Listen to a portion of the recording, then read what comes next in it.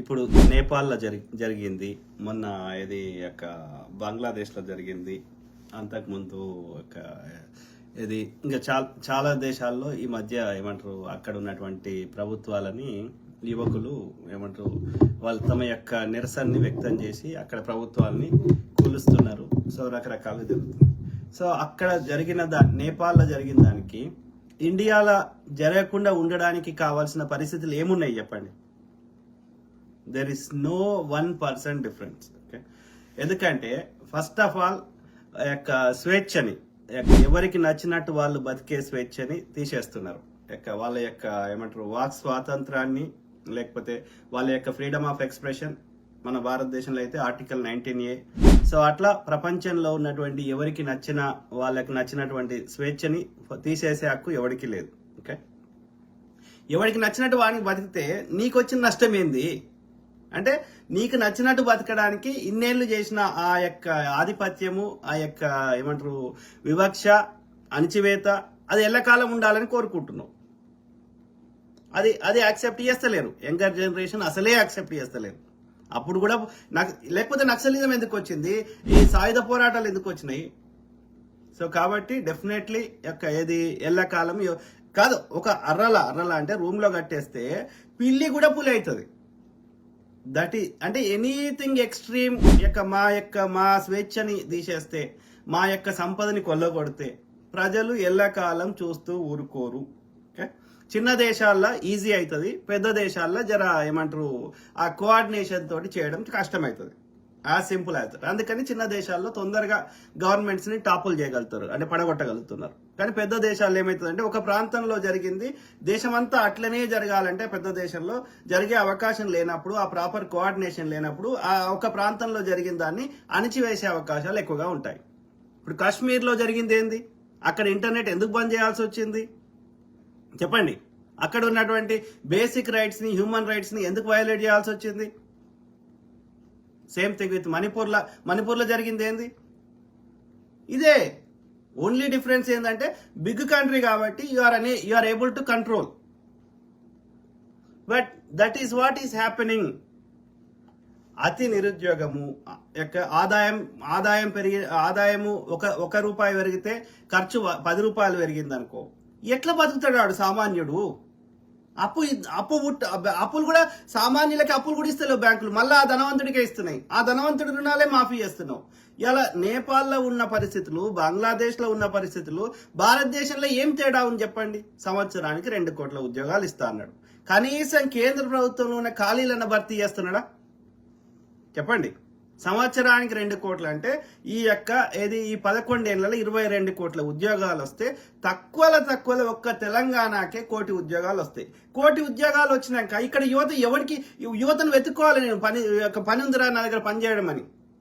ఎన్ని ఉద్యోగాలు ఇచ్చి కనీసం ఉన్న ఖాళీలు భర్తీ చేస్తలేడు. దేశం ప్రథమ పౌరులైనటువంటి సైనికులకి పెన్షన్ ఇవ్వాల్సి వస్తుందని 4 ఏళ్లు వాడుకొని వెళ్ళగొడుతున్నాడు. అంటే ఫుల్ టైం ఉన్న వాళ్ళని కూడా తీసేస్తున్నాడు. మళ్ళీ 2 కోట్ల ఉద్యోగాలు ఎక్కడికి పోయినాయి? కాదు, ఇప్పుడు భారతదేశంలో 400 లక్షల కోట్ల సంపద, ఈ 11 ఏళ్లలో 400 లక్షల కోట్ల సంపద ఏడికి పోయింది దేశ ప్రజలది? ఎక్కడ భూమి కనబడ్డా దోచుకుంటున్నారు. భూమి లోపల ఉన్న ఖనిజాలు దోచుకుంటున్నారు. ఇలా ఆర్టికల్ 370 రద్దు చేసిన ఘనకార్యంగా చెప్పుకుంటుండే కదా. ఆర్టికల్ 370లో ఒక స్వయం ప్రతిపత్తి ఇచ్చినప్పుడు అందులో ఇప్పుడు ఒక్క కాశ్మీరే కాదు, ఈ 7 స్టేట్స్ అన్నటువంటి 7 సిస్టర్స్ అన్నటువంటి ఈశాన్య రాష్ట్రాల్లో కూడా భూమి కొనుక్కునే హక్కు లేదు. అంతేందుకు ఇప్పుడు దుబాయ్లో కానీ సౌదీలో కానీ మనకి భూమి కొనుక్కునే హక్కు లేదు. అర్థమైందా?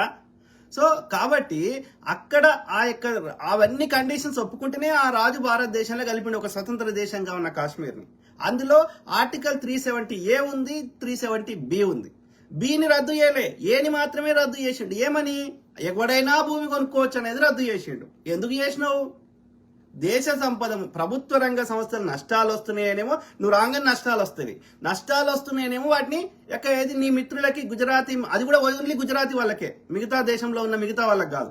సో గుజరాతీ వ్యాపారులకు, ఆర్యబనియాలకు మాత్రము ఫ్రీగా ఇచ్చేస్తున్నావు. దాని మార్కెట్ రేటు 1,00,000 కోట్లు ఉంటే నువ్వు 3,000 కోట్లకి నీ మిత్రులకి ఇచ్చేస్తున్నావు. ఎందుకంటే ఆ 3,000 కోట్లకు కూడా ఇయ్యలేదు అనుకో, ఫ్రీగా ఇచ్చినావు అనుకో, రేపు లీగల్ గా ఇష్యూస్ అవుతాయి కాబట్టి. ఇప్పుడు ఇది 10 కోట్లకి ఎకరం ఉందనుకో, ఇప్పుడు వాడు ఎవడో వ్యాపారం పెడతా అన్నాడు అని చెప్పి ఆ యొక్క ఆంధ్రోనికో ఆ యొక్క ఏది గుజరాతోడికో ఏది ఒక 1000 రూపాయలకో 20,000 రూపాయల 10,000 రూపాయలకో 10 కోట్ల వర్తది ఇచ్చినావు అనుకో, వానికి అమ్మినట్టే ఉంటది. కానీ మార్కెట్ రేట్ ఎంత ఉంది, నువ్వు ఎంతకి ఇస్తున్నావు? ఫ్రీగా ఎందుకు? ఆ ఫ్రీగా ఇచ్చినావు అనుకో, రేపు లీగల్ కేసులు అవుతాయి కదా. కాబట్టి అమ్మినట్టుగా నువ్వు లీగల్గా డాక్యుమెంట్ క్రియేట్ చేస్తున్నావు. కానీ మార్కెట్ రేట్ ఎంత ఉంది, నువ్వు ఎంతకి ఇస్తున్నావు?